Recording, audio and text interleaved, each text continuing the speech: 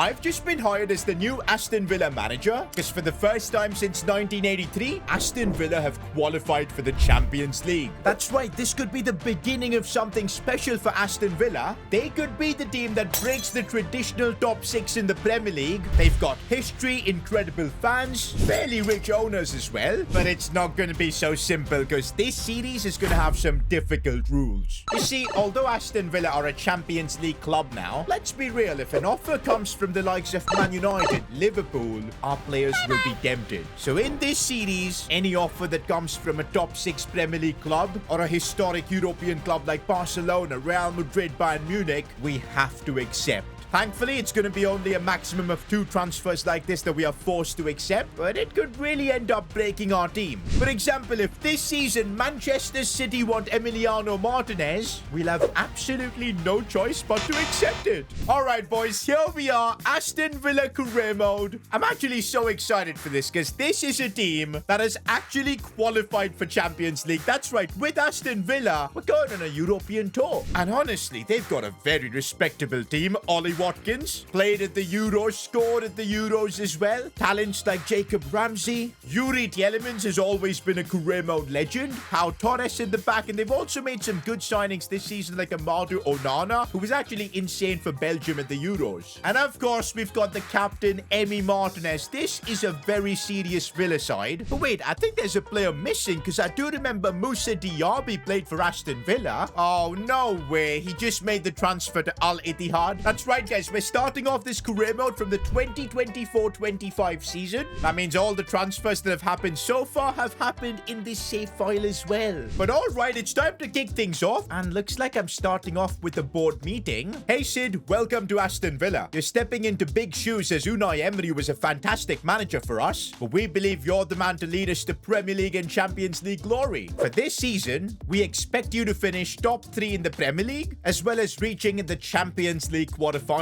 Domestic cups aren't the priority, but we expect at least a semi-final. Alright guys, the objectives from the board, they're difficult. Top 3 in the Premier League means we're gonna have to compete with City, Liverpool and Chelsea with all their crazy money and the fact that they can sign some players from us. At the same time, it shows ambition here at Aston Villa, and that ambition means we've got a budget of 88 million to spend. Oh boy, we can really use that to bring in some solid transfers. If you guys have any ideas, let me know in the comments. Talking about you guys, press conferences are back. And I think I've got to start this Aston Villa press conference with a good evening.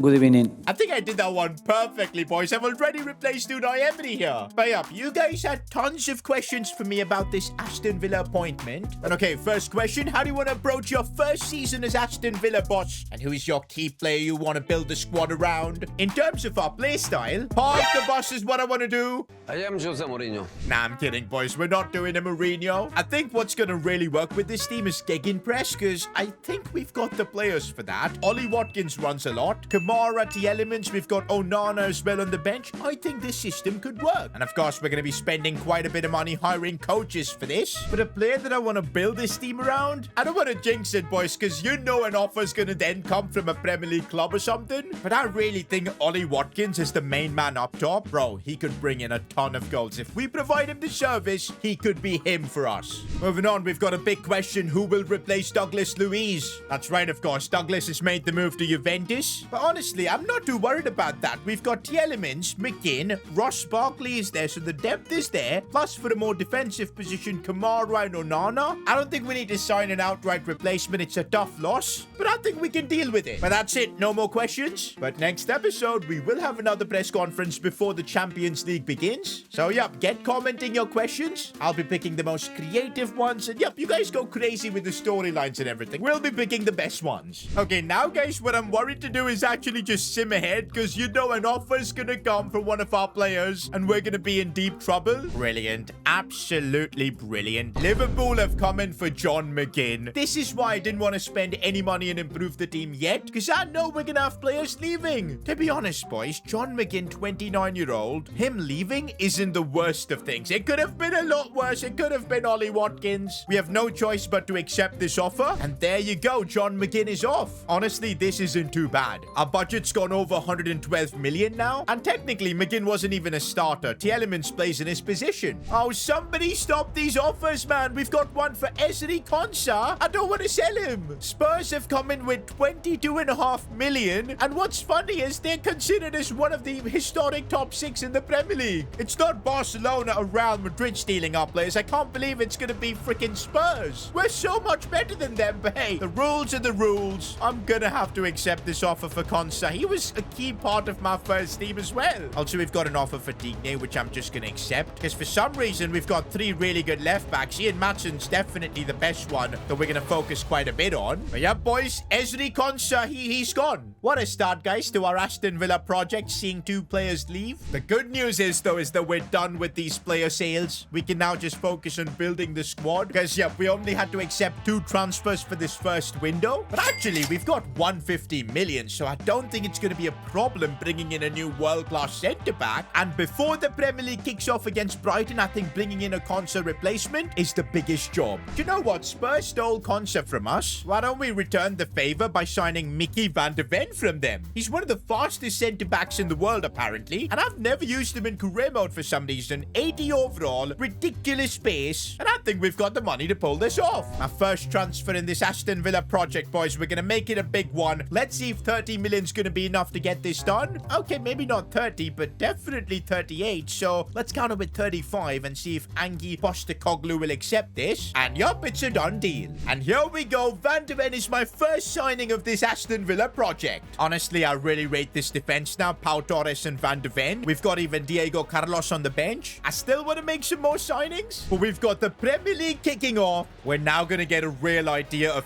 where this Aston Villa team stands, who our best players are, and hopefully we can start with a win. And there he is right now, Mickey van de Ven, our new signing. I'm eager to see if he can get us a clean sheet. Oh, yes, Jacob Ramsey. Keeps going, keeps going. Oh, Jacob Ramsey with an insane attempt. I'm telling you, man, he's going to be one of the wonder kids in this series for us. Well, we're getting opened up way too easily. Pau Torres blocks that. Set piece, but no problem. Emi Martinez collects that easily. We've got one of the best keepers in the world, and I think that's going to play a big part. One thing I am finding difficult is creating chances. So far, we haven't created many. Buendia is our number 10, but he hasn't done much.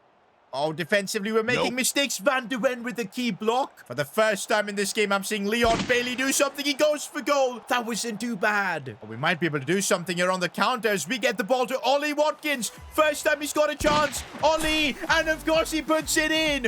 Watkins gets one opportunity. He takes it with both hands. That is my first goal with Aston Villa, and it's a lovely finish from Watkins. Boy, am I so glad the Prem top 6 didn't come in for Watkins. I would have legit cried. When the game opens up and we're playing on the counter, we are so much better. Ollie Watkins gets another goal here. That should wrap things up for us. That is legit the perfect debut. Watkins got it done. I still think this team has a few issues, like Buendia not being that great at cam. You look at his stats, nothing is really outrageously good. Maybe the cam position is where we could improve the team a little bit. I feel like that's the next step. And now I guess we can convert Buendia to a cam, and that actually improves his overall quite a bit. So I'm hoping maybe that will have a difference. Oh, we're playing Liverpool next, and look who's captaining them. How has John McGinn found himself as the Liverpool captain? It makes no sense. But I'm gonna make one change for this game. I want to try out Onana. Plus, let's bring in a bit of experience into this side with Diego Carlos. Maybe that'll be useful. This is the kind of game we're gonna find out what our level really is. Like, are we gonna be a title contender this season? Well, if we can beat Liverpool, it'll surely tell us just that. And Watkins already has a chance here. Breaks through. Ollie Watkins, man, he is insane. Buendia, we need to see much more from him in that number 10 role, but he just lacks the pace. That's a lovely ball for Mo Salah. Emi Martinez, good save. But Mo Salah's coming at us, man. I don't like this. Martinez again. John McGinn now putting in the cross. Onana has it covered, and now Buendia could start something on the counter. This is... oh, come on. I'm not enjoying Buendia, boys. I think a new cam has to be one of the plays. Right now, though, we've got to play with what we have, and it's proven to be really difficult, but we're surviving. Oh, but Ollie Watkins is somehow broken through. Massive chance here against Liverpool. Watkins, can he score? No way, it's saved. Oh, Leon Bailey could put in a cross, and he does. Jacob Ramsey. Oh, it's saved. That would have been one of the best goals we could score. Jota going for goal, and that's off the post and in. How did that even go in? There you go. First real test with Aston Villa, and we're finding flaws in this team. Although there is still a lot of talent in our side as we find Ollie Watkins. Go on, Ollie. Get us back in this game, and that's what he's done. Every goal we've scored so far with Aston Villa, it's come through Ollie Watkins. And that's got us a point against Liverpool. And look at the disappointed faces in our team. Kind of shows we've got the mentality to push beyond just getting a result against these big clubs. We want to go for the Premier League title. But I do think for that, we're going to need a world-class player in that cam position. Buendia is just not good enough. Also, Jacob Ramsey's lack of pace in the left midfield position, that's also something for us to consider. Good thing is we can at least train up his pace by putting him on a development plan. But for this next game, I'm going to try Ramsey at cam. Can't help but think that would be better for him. And on the left, I want to try this guy called Philogene. He's got 85 pace, 4-star skills, 5-star weak foot, and a crazy afro. But let's see what he's all about on the pitch. Oh, and actually, he's managed to dribble through everyone and, earns us a penalty. Let's go. What a debut for Philogene. Bro, at this rate, Ollie Watkins is going to win the Premier League Golden Boot. He's taking this penalty, and you know he's scoring it. Goal number 4 in the Premier League for Watkins.